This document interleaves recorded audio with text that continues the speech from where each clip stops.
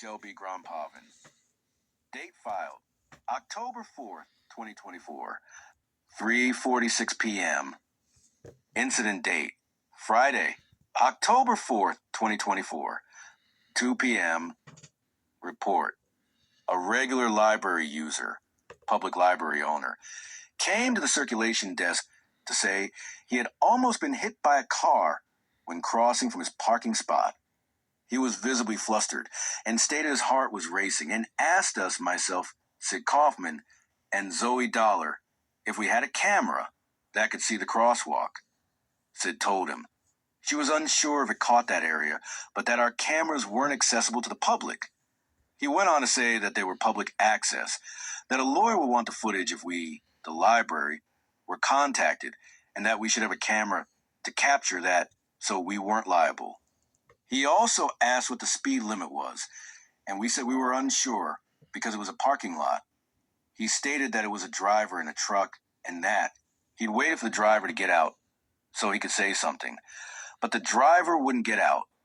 Sid said that he should be careful with confronting drivers, and public library owner said he wasn't going to be confrontational, but just tell the driver that they'd almost hit him. Public library owner then went to check if the driver was still out there, then came back to say the driver parked farther away and was coming in now. The driver came in and public library owner pointed saying that's him, but did not engage him further. He finished by saying we should insert signage for drivers and that he was worried for elderly library users because the handicap parking is right across from the entrance. Sid gave him John Helling's card and said he could contact him about our crosswalk visibility. This is the second time public library owner has had an incident. Previous report 1808. Justine Trauner, our page, came to me after and said she had heard the conversation with public library owner. She said she had seen the incident from the teen area as she was shelving. Justine stated that public library owner parked his motorcycle in the first handicap spot. This is where he usually parks.